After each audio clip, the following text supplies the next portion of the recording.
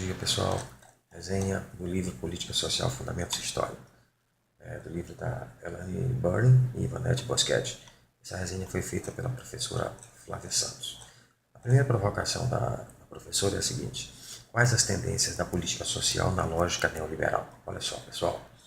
As tendências elas têm sido a de restrição e redução dos direitos em alguns países. Tá? É óbvio que isso depende da correlação de forças entre as classes.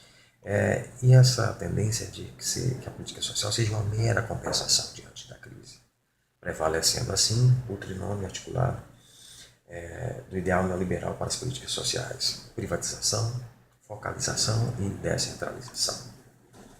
O que vale ressaltar é a transferência da responsabilidade da federação para iniciativas privadas, e vale afirmar a triagem que se faz com os usuários da política social como uma discriminação positiva.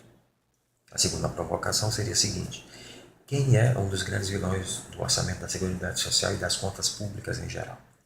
Levando-se em conta o contexto do duro ajuste fiscal brasileiro, é o mecanismo de superávit primário, que foi instituído após o acordo com a FMI em 1998. E o volume dos recursos detidos para a formação do superávit primário tem sido muito maior do que os gastos nas políticas de seguridade social, com exceção da Previdência. Bom, enquanto se acumula, com vistas de garantir o capital financeiro, as dívidas sociais só aumentam no Brasil.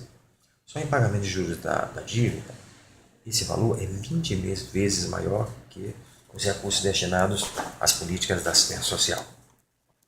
Uma provocação boa. Qual a relação da democracia no capitalismo e principalmente na ideologia neoliberal do Brasil? Bom, a democracia ela nasceu com a perspectiva de eliminar o poder invisível. Um exemplo clara disso é o corte dos gastos sociais em função do superávit primário. E até mesmo a democracia, que é o governo do povo, não poderia ficar imune, isolada em tempos de barbárie, que é hoje a sociedade capitalista. O que acontece no Brasil é que a elite da classe dominante bloqueia com eficácia a esfera pública de ações sociais, fatos que são mascarados pela ideologia de sermos uma nação abençoada, do futuro, e que Deus é nosso conterrâneo de Belém do Pará, transformando nossos problemas em coisas naturais, falando com um português com açúcar e da produção das leis, mas não da implementação destas. O capitalismo eleva a democracia, mas apenas para obliterá-la. Ele evoca a noção de liberdade, mas não pode manter. Dá conforto material à população para em seguida acorrentá-la. O fato é que não existe democracia, pois não é possível existir democracia na ditadura do capital. A primeira mentira que nos contam é que o poder é concedido por nós, uma tentativa barata de jogar a culpa no povo, já que os governantes escolhidos são de responsabilidade popular. As consequências deste regime também o serão. Bom, como resultado, nunca é o esperado, cria-se a ilusão de que na próxima eleição tudo será diferente. No texto fala sobre o termo de Eastback, que denomina a refilantropização das políticas sociais. O que significa refilantropização? Bom, é uma precipitada volta ao passado, mas sem se esgotar as políticas públicas da forma constitucional. É um esforço, é um reforço e fortalecimento dos esquemas tradicionais de poder, com práticas de clientelismo, nepotismo e favor. Hoje o sistema capitalista apela ao terceiro setor ou à sociedade civil, ou seja, um retrocesso histórico. Processo histórico.